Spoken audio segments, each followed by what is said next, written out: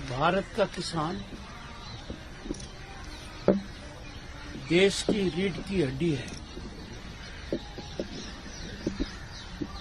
हमारी सामाजिक व्यवस्था, आर्थिक व्यवस्था का मुख्य केंद्र है। चौधरी चरण सिंह की जयंती हमें इसकी याद दिलाती है। चौधरी साहब का पूरा जीवन किसान और ग्रामीण को समर्पित रहा। उनका अटूट संकल्प ग्रामीण उत्थान, किसान विकास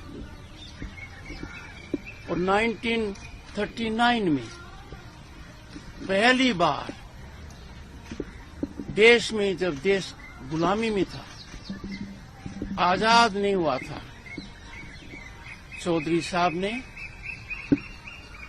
सूदखोरों के चंगुल से किसान को मुक्त करने के लिए, उनकी ऋण समाप्ति करने के लिए प्रमुख भूमिका निभाई।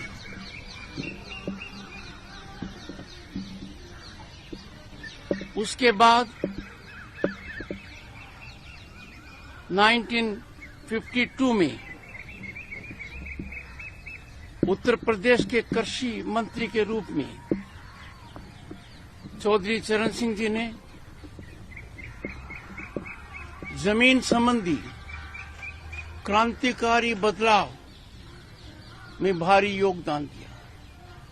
जमींदारी उन्मूलन उस समय की ज्वलंत समस्या थी। किसान अपने आप को बंधक मानता था। जो जमीन उसकी है, जिस माटी को वो पूजता है, उस पर उसका अधिकार नहीं था। ये अधिकार दिलाने में चौधरी चरण सिंह जी ने महानायक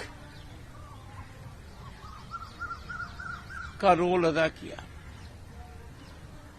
उनके महत्वपूर्ण योगदान को दृष्टिगत रखते हुए 2001 में भारत के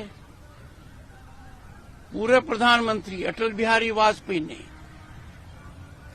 दूरदर्शिता का परिचय देते हुए और देश के 5वें प्रधानमंत्री चौधरी चरण सिंह का सम्मान करते हुए 23 दिसंबर को, जो उनकी जन्म जयंती है, वो किसान दिवस के रूप में मनाने का फैसला किया। तो 2002 से लगातार, घोषणा 2001 में हुई थी, 2002 से लगातार राष्ट्रीय किसान दिवस के रूप में उनकी जन्म जयंती मनाई जा रही है 23 दिसंबर को।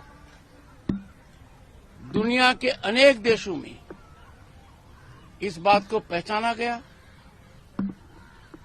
कि किसान दुनिया का अन्नदाता है। उसके प्रति समर्पण भावना होनी चाहिए। किसान दिवस अमेरिका में मनाया जाता है, फिलीपींस में, वियतनाम में, साउथ कोरिया में, जाम्बिया में और अनेक देशों में मनाया जाता है। मैं मानकर चलता हूं, आने वाला राष्ट्रीय किसान दिवस 23 दिसंबर को किसान के लिए एक मील का पत्थर होगा।